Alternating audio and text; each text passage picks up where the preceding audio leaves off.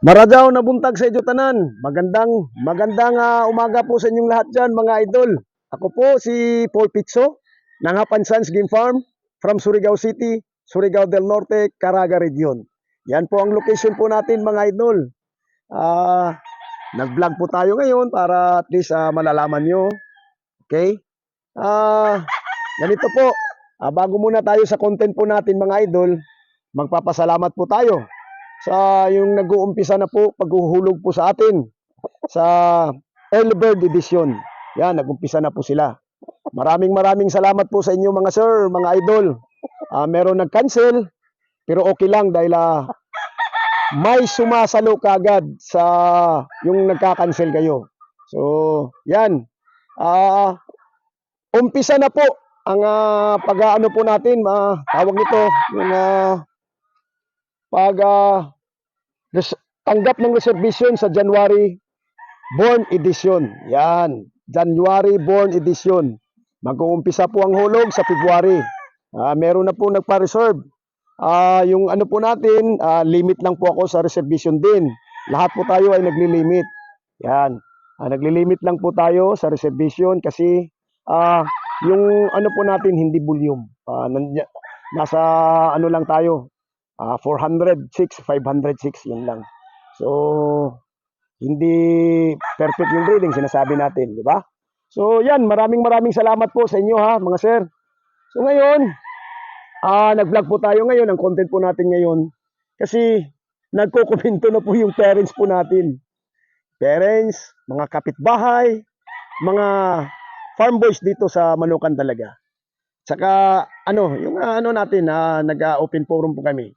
Ganito, sabi po nila, pag tayo po ay gumagamit ng natin, manok natin, hindi maganda ang resulta. Yan. Pag sa iba, sabi ng mga kaibigan natin dito, parents ko, mga kahit si Mrs. But yung mga manok natin, nagcha-champion sa iba. Nag-i-score sa iba. Na yung nag-aabil po sa atin ng pahulugan. Yan. Halos 80% po ang maganda ang resulta po sa kanila. Dito sa akin, 35% over 70%. Nako, pero okay lang yan. Hindi naman po tayo hard. Yung isang word, wag na nating banggitin. Okay? Kaya nga, pinapatawag po natin ang team. Isang team natin na yung naghahanda po sa atin ng mga stags po natin. Okay? In-explain ko sa kanila. Sinabihan ko sa kanila last Sunday na post ko pa nga ito sa FB po natin. Nag-a-unwind po kami, nag-uusap po kami, at least changing ideas. Yan, sinabi ko sa kanila, kung pwede ba, pakinggan nyo ako. Para at least, as a team, kailangan talaga marunong tayong tumanggap ng mistakes po natin. So yun, nag-uusap po kami, nag-open forum po kami.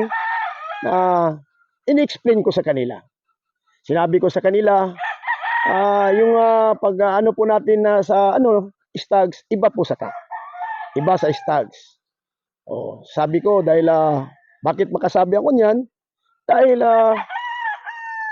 yun ang sabi ng mga magaling na mga breeder, magaling na mga handler, at saka nakikita ko sa YouTube kahit hindi ako nag-aaral kay Sir Abrinica, iba ang pag-handle sa yung tawag nito sa stags at saka sa cap. So ganito, okay lang yan mga bro. Okay lang yan mga partner ko. No hurt feelings lang. Natural lang talaga yan. Pero hindi na natin idaan pa sa sabihin natin charge experience din na. Kailangan pag-isipan natin mabuti kung saan tayo maganda ang pag-aano. Diba mga idol? So, kasi sinasabi ko sa kanila na, isa nga pala, nakauwi na pala si Sweater. Yan. Ito po ay ginagamit po ng boss ko na isang babae. Hindi na natin banggitin. Mahilig sa na talagang champion po siya sa pagbili dito sa atin ng mga stags po natin. Nakabili po siya mga almost 40 heads. Yan, 40 to 45. Ngayon nga, may natira dito na 15. Ngayong araw, kukunin niya lahat. Oh, sabi niya, ako nang kukuha niyan. Yan, nakauwi na ito, ginamit niya. 4 po ito sila. Ang nakauwi, 2. Tingnan mo. Si Kelso, iano mo. Yan. Yan po ang Kelso po natin. Yan. Red Kelso. So, yan po. Kauwi na pala si yung hinawak-hawak ko. A sweater gray. Ginamit ko ito. May mga, na po ito. May mga anak na sa, ano tawag nito? Sa early bird.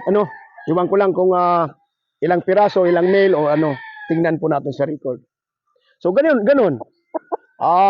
In-explain ko sa team na ikumpara ko sa breeding. Sabi ko sa kanila, okay? Sabi ko sa kanila, ay lahat po ngayon ay scientific na. Ang breeding, scientific na. Lahat ng bagay ngayon, scientific na. Yung mga gamot na ginagamit natin, nag-i-improve. So, kaya ako, hindi na po ako nagkukondisyon, hindi na po ako pinadaan ko pag-explain sa kanila sa breeding. Okay. Yung unang taon po natin, dahil hindi pa tayo marunong, failure. Okay? Yan, failure po talaga. Marami pong, dahil hindi ako marunong mag-alaga, parang na-stress ako nun. Sabi ko sa kanila. Pero, pinag-isipan, pinag-aralan ko ng mabuti kung paano, ganito. Nagtatanong po ako sa mga breeder, sa mga magaling po na mga nagtuturo po sa atin, mga veterinarian dyan, sa BIMIG man, sa Excellence man, sa LDI man, sa kahit anong company, tinatanong ko po sa kanila. Okay, ganito. At saka kahit ako hindi po ako nag-aaral ng cooking school, tayo po ay nagsisearch sa YouTube. Yung wala akong trabaho, tinitingnan ko. YouTube palagi ako.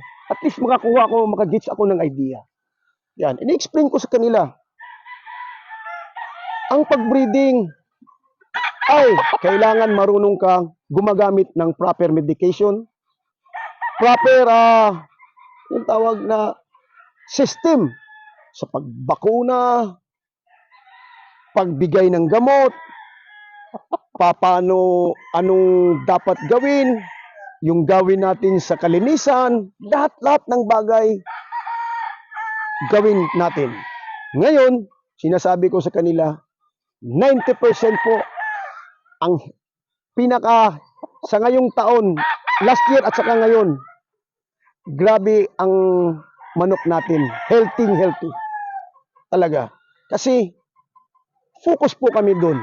Nagpo-focus po kami. Lahat po kami focus. Yan. Kahit dito sa panahon namin, iba ang weather po sa Caraga region. Kahit summer, umuulan. Kaya nga pinag-aaralan po natin yung tawag nito, yung panahon dito. Imagine, December na ngayon. Sa atin lang hindi naman tayo sa nagyayabang kasi hard work ang ginagawa po natin. Nag-aaral po tayo, nagtatanong po tayo, hindi ako nahihiya nagtanong kung paano, at least na-manage po namin yan. Yan, ang healthy po. Maraming salamat po talaga sa mga tauhan po natin na inaayos po nila yung mga instruction po natin, ginagawa po nila. Kahit ako, gising ng umaga, yan. Yun ang explanation ko sa kanila. So, tingnan nyo. Parang nung una, kumbaga, lugi tayo sa production. Ngayon, hindi na ako lugi sa production dahil marunong na tayong mag-alaga ng sisiw from breeding, sisiw itlog to sisiw to pataas. Yan, stage yan kung paano. Maka-produce na po ako ng maraming itlog. Pagpisa nun, maka-produce po ako ng healthy. Yun ang sinasabi ko sa team namin. So, yan. I-compare mo kung saan tayo nagkamali. So, yun lang. Open-minded kami. Sabi ko sa kanila, improve. Kasi, iba na ngayon. Nung una, yung mga ano natin, luka-luka lang. Ngayon dahil medyo may pangalan na tayo, wala na. Iaano na talaga tayo ngayon sa mga sikat na mga breeder. Yan. Yan. Sabi ko sa kanila, improve, pataas, wag paurong.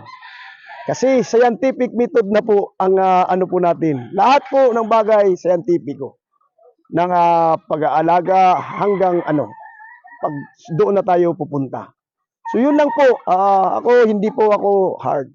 In-explain ko lang sa inyo, baka sabihin nyo, oy, si Hapsans, sa inyo kulilat. Pero, na-explain ko naman, sa iba, maganda. So maraming salamat po sa yung nag-i-inform po sa atin na napapa-champion nyo yung mga manok natin sa inyo.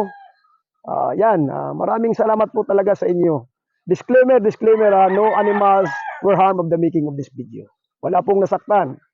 Wala po akong sinasabi na ano. So yun mga idol, explain ko sa kanila. Sabi nila, sige, kasi pag ganun palagi, ubos ang pera natin dyan. Wala tayo niyan. Puro lang tayo ng kailan pa ang swerte ng 2 sakong swerte.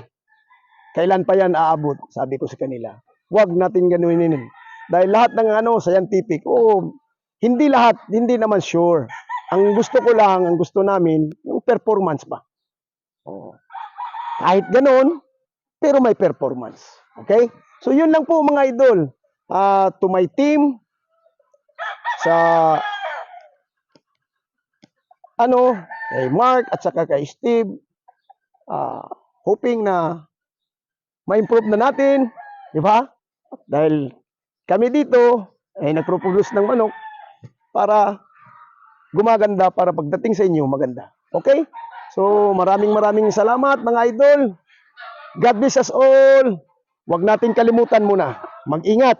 Huwag natin kalimutan magdasal. Magdasal man tayo, lagay po natin sa isipan, sa puso po natin si Jesus Christ. Yan. To my team. Wag nyo anuhin yung sinasabi ko dahil kailangan open-minded po tayo, open-minded. Be open-minded lang. Ko lang dito, pinaano ko lang dahil may nagaano sa atin, kailangan din natin ipaalam. Okay? So, yan. God bless us all. Good morning.